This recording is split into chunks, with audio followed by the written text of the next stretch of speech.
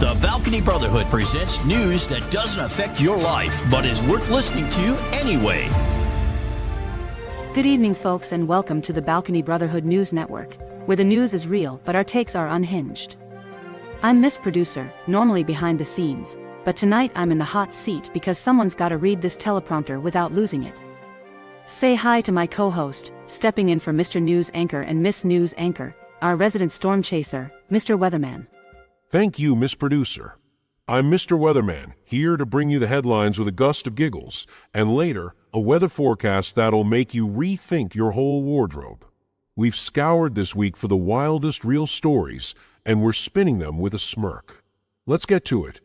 First up, a massive chocolate spill turned a German highway into Willy Wonka's dream. A truck hauling 20 tons of liquid chocolate overturned near Leipzig, and Reuters reported it created a gooey mess that shut down traffic for hours. Cleanup crews are calling it a sweet disaster, and locals are scooping it up for homemade desserts. Talk about a traffic jam with benefits. A hero in the making. Next, Novo Nordisk's new drug CagriSema only hit 15.7% weight loss after 68 weeks. Reuters called it a letdown compared to competitors like Zepbound.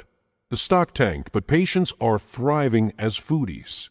Side effects include rating hospital food 5 stars and demanding truffle oil with their Jell-O. Doctors are baffled. Chefs are hiring. Andrew Carter, the News and Observer star reporter, wrapped 13 years covering Duke Carolina hoops and bolted to Chicago for a new gig, per the paper itself. Fans are so heartbroken, they're staging a crying game marathon, less basketball, more tissues. One guy said, "He wrote my childhood, now what?" Cheer up, Triangle. Chicago's got deep dish and drama. Grab the popcorn. South Carolina brought back the firing squad, but Reuters says death row inmate Brad Sigmund dodged the bullets literally. The squad botched it, and Sigmund ran off with a flan from the prison kitchen. Now he's selling escape flan on the black market, gluten-free and guilt-free. Guards are eating their hats, and the dessert. A dozen people got winged at a pub in eastern Toronto. 2 shooters are on the loose, Fox 11 Los Angeles has reported. But witnesses swear the gunman moonwalked between shots, turning the bar into a dance floor. Cops are now training with Saturday Night Fever moves to catch these groove bandits. Stay funky, Toronto. I'm ready to boogie. The Uganda Communications Commission hosted a CEO consumer forum in Kampala, per the Associated Press, to tackle service gripes, data bundles expiring, mobile money scams, and shaky signals. Consumers grilled the bigwigs, who promised better days. But the real scoop? One CEO tried to explain data expiration with a dance, called it the data drop shuffle. Spoiler, nobody bought it. Smooth moves. The S&P 500 dropped 0.5%, NBC News said, sparking recession fears. Traders swear the office printers to blame, spitting out sell notes in Comic Sans. Wall Street's calling in a tech priest to exorcise the toner demon. Until then, they're trading with crayons. Invest in glitter stocks. Chelsea's Cole Palmer flubbed his first Premier League penalty against Leicester, ending a perfect 12 for 12 streak, The Guardian reported. Fans are torn, but Leicester's goalkeeper Mads Hermansen's save stole the show. Now Palmer's miss is a viral meme, when you aim for glory but hit the snack bar. He's laughing all the way to the gift bank. A Florida man turned his backyard into a pirate paradise after finding a 300-year-old shipwrecked treasure map in his attic. The Associated Press says he's now digging with a metal detector, claiming it's worth millions. Neighbors are joining the hunt, turning it into a pirate-themed block party. I'd watch that. I have something to ask here. Where's my rum for telling this story? The Jacobite steam train, yep, the real-life Hogwarts Express, derailed in the Scottish Highlands, per the Associated Press. No injuries, but 70 passengers were stuck for hours. Muggles are blaming a rogue spell, Expelliarmus gone wrong, while locals say it's just bad tracks. Either way, Harry Potter fans are demanding a refund in galleons. Wands at the ready. President Trump turned Truth Social into a posting frenzy, with over 100 messages in a single day, per NBC News.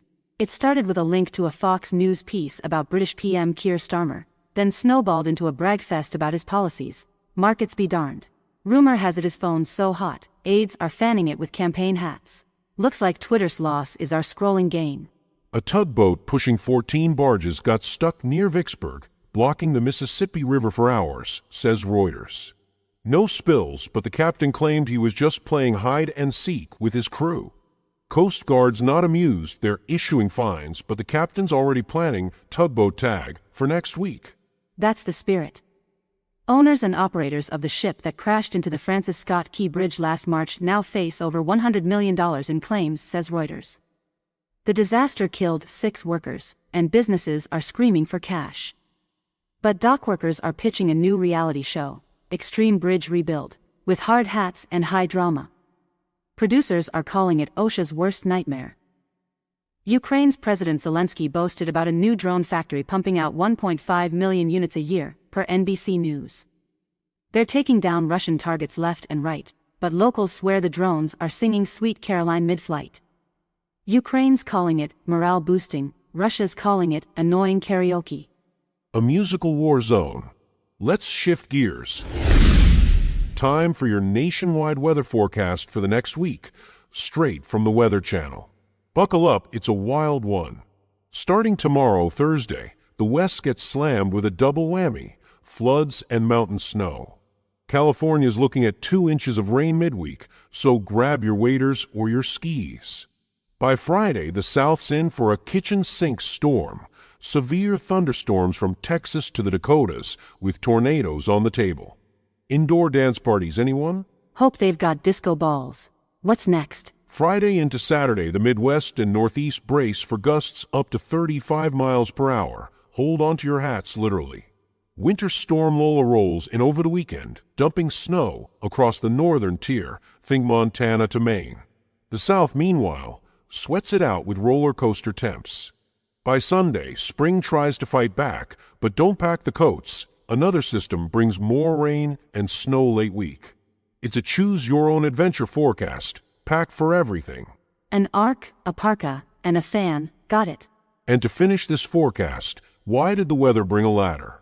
Because it wanted to take the forecast to the next level. That's your BBNN roundup, real news, unhinged spins, and weather to dodge. We've laughed, we've cried, we've danced through the chaos of this week. Tune in next time, or we'll send those Toronto shooters to cha-cha in your way to work. Good night. And stay dry out there, or at least look fabulous trying. We provide you the headlines with a side of sarcasm. Keep yourself grounded and your perspectives a little off-kilter. Subscribe to the Balcony Brotherhood or UPod to stay on top of where we make fun of the world so you don't have to. Until then, stay proud, and always question the weather forecast. Or don't. It's up to you.